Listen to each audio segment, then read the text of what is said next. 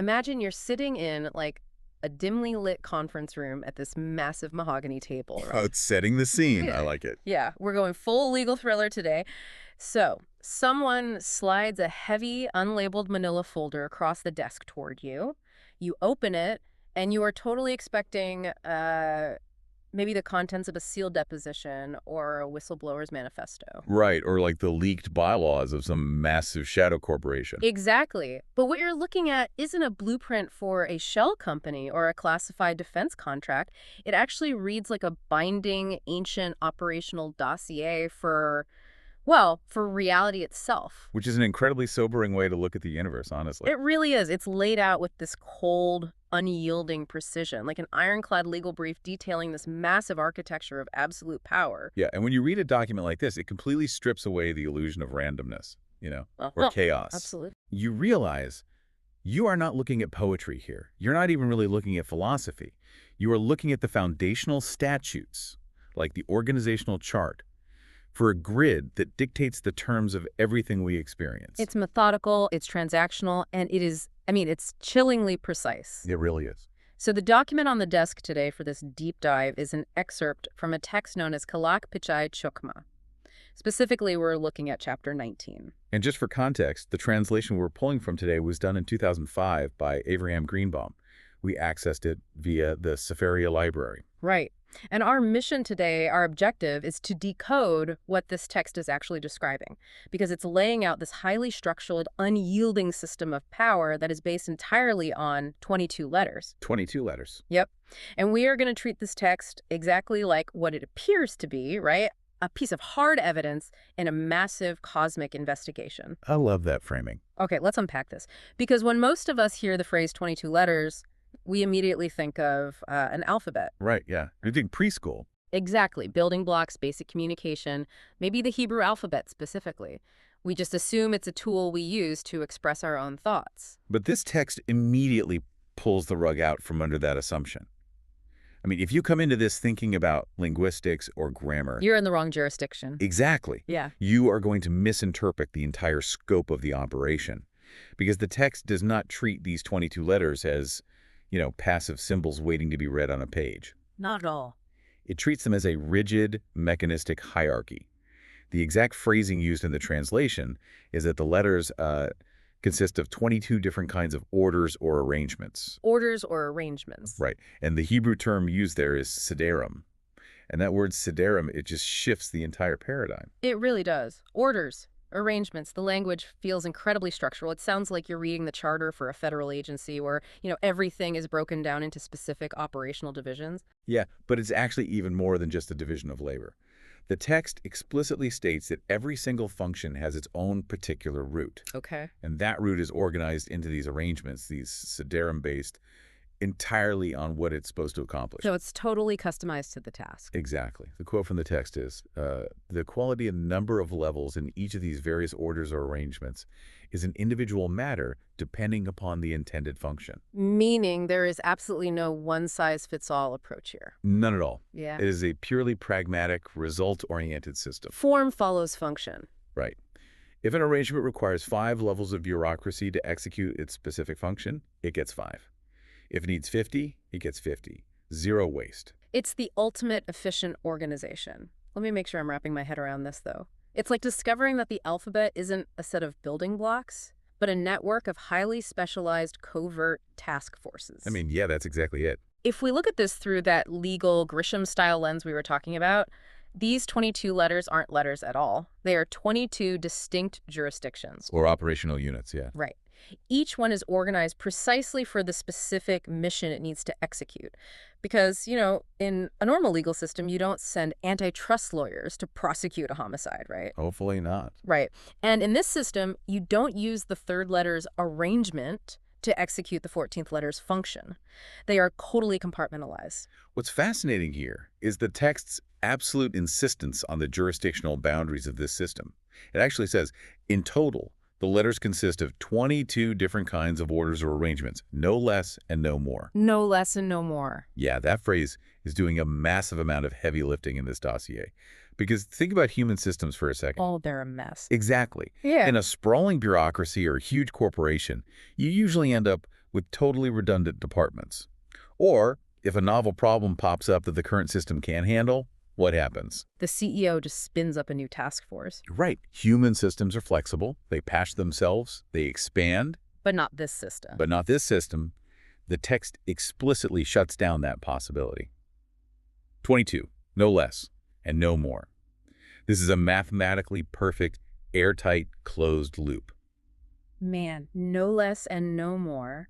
There are no rogue agents in this system. None. There are no off-the-books operations, no loopholes, no unassigned territories. Everything that happens must fall within the purview of one of these 22 divisions. Exactly. Which naturally brings up a pretty massive structural question for our investigation. We know how they are organized, right? We have this terrifyingly efficient org chart of these 22 operational routes. The Siderum, right? But how do they actually pull off the job? If we are treating this like an investigation into a shadow organization, we have the roster, we have the names of the departments, but now we need the execution mechanism. We need to know how the gears actually turn. Right. How do these structural arrangements actually deploy out into reality and cause things to happen? Well, to understand the execution, you really have to look at the chain of command the text lays out. Okay. The dossier describes each individual letter as one of the interconnected clusters of lights necessary to bring about action. Interconnected clusters of lights. Right, and it says these clusters exist in order to give the lights the power to act. Now, the crucial detail here is where these lights are actually coming from. Where's the power source? Exactly. The text says they are prepared in the Sefaria so that they can produce their requisite effects. Okay, hold on. We need to define our terms here because this is where the dossier gets highly technical. Fair enough, yeah. When the text says these lights are prepared in the Sefaria, for anyone who isn't steeped in esoteric Kabbalistic texts, we can basically think of the Sefaria as the fundamental channels or like vessels of divine emanation. Yeah, that's a good way to put it. They are these massive, overarching attributes of raw cosmic power. But I gotta be honest, this is exactly where I need to push back on the logic of this text. Oh, really? Go ahead. What's the friction point for you? The friction point is the bottleneck. The bottleneck. Yeah. If the Sefaria represent this infinite, massive well of divine emanation, pure, unadulterated cosmic energy, why do they need these 22 finite letters at all? Ah, I see what you're saying. Like, tying infinite cosmic power to a rigid 22-node system just seems like a massive design flaw. Doesn't relying on these hyperspecific arrangements make the Sefaria seem weak? Or at least severely limited? Why would you limit infinity? It's a completely fair question, but you are confusing raw power with precision here. How so? The text isn't describing a limitation. It's describing a necessary filtration system. Okay. Think of like a massive industrial fire hose hooked up to a city's main water line. Okay, I'm with you. The water line contains incredible, overwhelming power, right? But without the rigid, heavy metal nozzle at the end of the hose, the bottleneck, that water just bursts out and floods everything chaotically. It just destroys the building you are actually trying to save. Exactly. The nozzle doesn't restrict the power to make it weak. It restricts it to give the power a directed, hyper-specific purpose. Oh, wow. So the Sefaria are the water pressure and the letters are the nozzle. Right. And taking it back to our structural, Grisham-style algorithmic framework, the energy, the lights, prepared in the Sefaria is pure potential. But pure potential can't, like, execute a specific targeted legal mandate. Exactly. It needs parameters. It needs a vector. Yeah. And that is what the letters are. That is fascinating. The text shifts our view from passive letters to active execution nodes. They are the strict command protocols that allow that staged energy from the Sefaria to act in a precise, authorized way. So without the 22 letters, all that raw power in the Sefaria is just gridlocked. It's an incredibly powerful engine, but it isn't connected to a transmission. That's a perfect analogy. Yeah. The text explicitly states, each letter is a unique route suited to the execution of the action that has to emerge from it. A unique route. Yeah, the letters are the structural bottleneck through which all raw potential has to pass in order to become reality. If you want to effect a change, if an action needs to legally occur in the universe, the energy from the Sefaria must be routed through the specific authorized arrangement of one of these 22 clusters. Okay, that word clusters is really interesting too. It doesn't just say a single letter fires off a single beam of light. It calls them interconnected clusters of lights. Yes, not just isolated dots. Which makes perfect sense if we look at this like legal statutes, right? Or even lines of code in a global mainframe. A single word in a contract doesn't do much on its own. Right. It has to be part of a clause. Exactly. It has to be interconnected with other clauses to create a binding action. These execution nodes work together to form complex commands. That's a really sharp read of the Yep. text. It absolutely implies that these routes don't operate in total isolation. They are distinct. They are exactly 22, but they interconnect to bring about nuanced actions. But they remain the sole pathway. The only authorized pathway, yes. Which makes the entire system incredibly potent, but also, terrifyingly rigid. It's like discovering the core algorithm of reality. It really is. And if you are the architect of a system, this powerful system where absolutely every action is routed through just 22 operational nodes, you'd want to protect it, right? You have to. You would want to make sure nobody could tamper with the foundational code. You would need the ultimate security clearance. Yeah. You would need a firewall that absolutely no one could bypass. And that is exactly what we run into next in the dossier. Yep.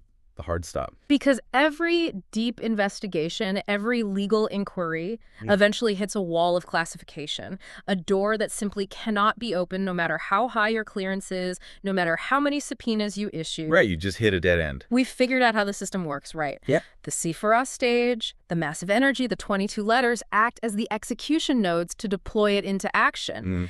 But if you are a modern user, if you are looking at this airtight system, your immediate instinct is going to be, can I update the software? Can I add a 23rd letter to get a new outcome? I mean, who decided 22 was the magic number? And the text anticipates that exact line of inquiry. The author knows you are going to ask who wrote the charter. Of course. But it doesn't give you a philosophical justification. It doesn't offer a gentle explanation. It gives you a hard legal stop.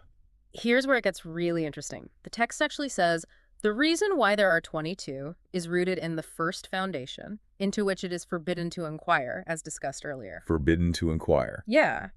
It references an earlier section, opening 15, but the point stands clear right here in chapter 19. It doesn't say it's impossible to understand. It says it is forbidden to inquire. If we connect this to the bigger picture, I mean, this is a masterclass in systemic authority. Oh, absolutely. Think about any absolute legal or operational system. A constitution, a military charter, the core algorithm of a massive tech monopoly. Right. At a certain point, the system cannot allow you to question its foundational premises, because questioning the premise threatens the entire superstructure. It's an explicit non-disclosure agreement baked into the very fabric of reality. It really is. It feels like a gag order. It's telling you, you are authorized to know how the gears turn. You are authorized to know how the power is routed from the Sefaria through the Siderum, but you do not have the clearance, and you are legally barred from asking who built the machine. And look at the phrasing again. The text states these 22 levels are exactly what is required for the intended purpose. Just required? That's the only justification given. It's purely functional. Why 22? Because that's what's required, period. Right, it's a total shutdown. Because to ask why is to cross a jurisdictional line, is to question the foundational architecture itself. The system described here doesn't want your curiosity regarding its origin. It demands compliance. It demands absolute compliance to its structure. If you are like a junior trader on Wall Street, you don't call up the CEO while you were in the middle of executing a high-stakes trade and ask why the company was founded 80 years ago. Right, you'd be fired instantly. Exactly. You just execute the trade within the parameters you were given. I have to admit, as someone who loves to ask questions, that forbidden to inquire clause is deeply unsettling. It's definitely meant to be. But I completely see the operational logic. When you read a typical philosophy book, the author is usually begging you to ask why. They want you to wonder about the origins of the universe. But this document doesn't care about your philosophical musings. Not at all. It operates like a legal manual from a shadow entity. It says here are the 22 operational nodes. This is how the energy deploys. Do not ask about the foundation. It's a firewall. Exactly. A firewall designed to protect the core operating system from being destabilized by the end user. And I think it highlights a profound truth about power structures, both human and cosmic. Absolute power doesn't explain itself. Wow, yeah. It defines the rules of engagement, it establishes the strict parameters, no less and no more, and then it firmly shuts the door on any further litigation. No appeals process. None. By explicitly stating that inquiry into the first foundation is forbidden, the text establishes an unbridgeable hierarchy. There's the architect of the system, and there is everyone else who merely operates within it. Which fundamentally changes how you view your place in the structure. It does. It forces you to accept the parameters as absolute facts rather than, theories to be debated. Okay, so let's pull all these threads together because this has been wild. We have essentially mapped out a heavily guarded cosmic level operational framework. The ultimate organizational chart. Right. We have uncovered an unyielding system consisting of exactly 22 siderum, or orders. These are not letters on a page. They act as hyper-specialized task forces or legal jurisdictions. Yep. They take the raw, massive staged energy from the Sefaria, the channels of divine emanation, and they act as the necessary bottlenecks, the execution nodes. The interconnected clusters of light. Exactly. They deploy that potential energy into concrete action.